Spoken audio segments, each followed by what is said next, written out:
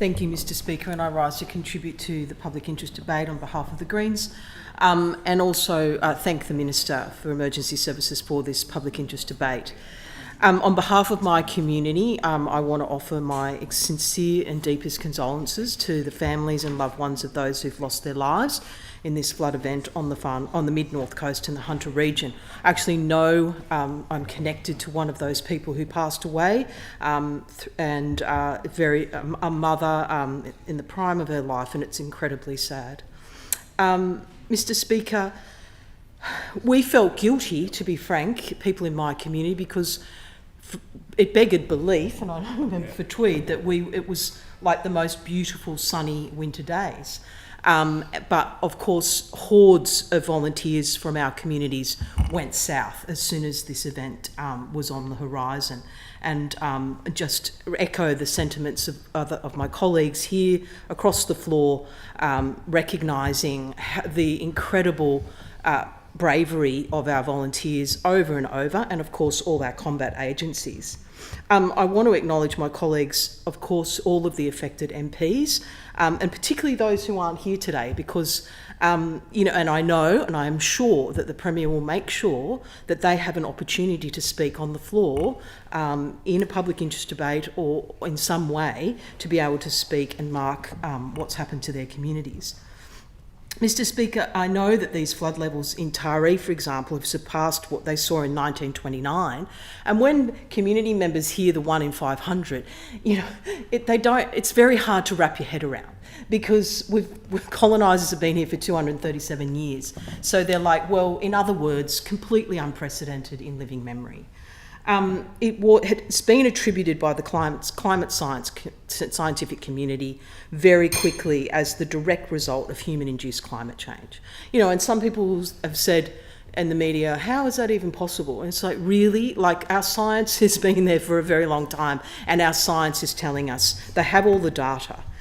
When I heard Deputy Commissioner Peter Thurl, and I've absolutely empathised with what he said, but he said that the impact of this weather event has been unimaginable.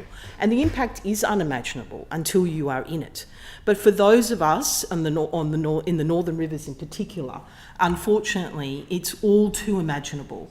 And we all have post-traumatic stress every time there's the heavy rain. So I was very moved by the Minister, Kate Washington, when she was talking about hearing that rain, because it is incredibly frightening once you've lived through these events.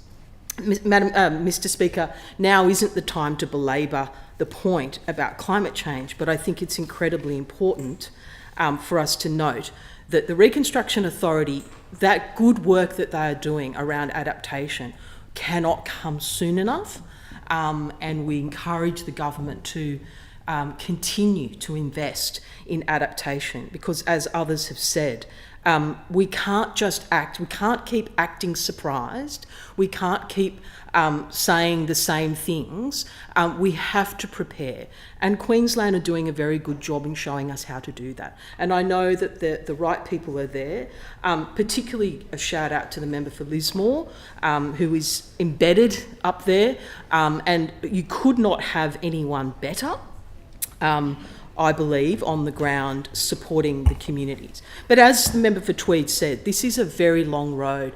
And the member for Cootamundra, who was an incredible minister, and I do reflect on the work of the former Premier Dominic Perrottet and his ministers, in particular Steph Cook, because they were incredible.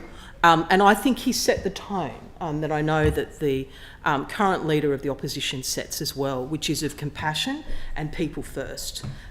So just on behalf of my community, but I also want to say that, for example, the Cabbage Tree Island community are still homeless over 3 years on.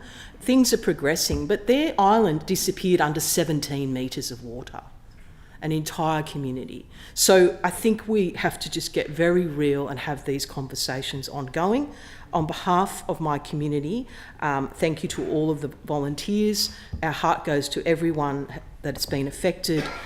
When we commend the Premier on his compassion and continued support, we will be here, because it actually, unfortunately, will be a very long road. The question is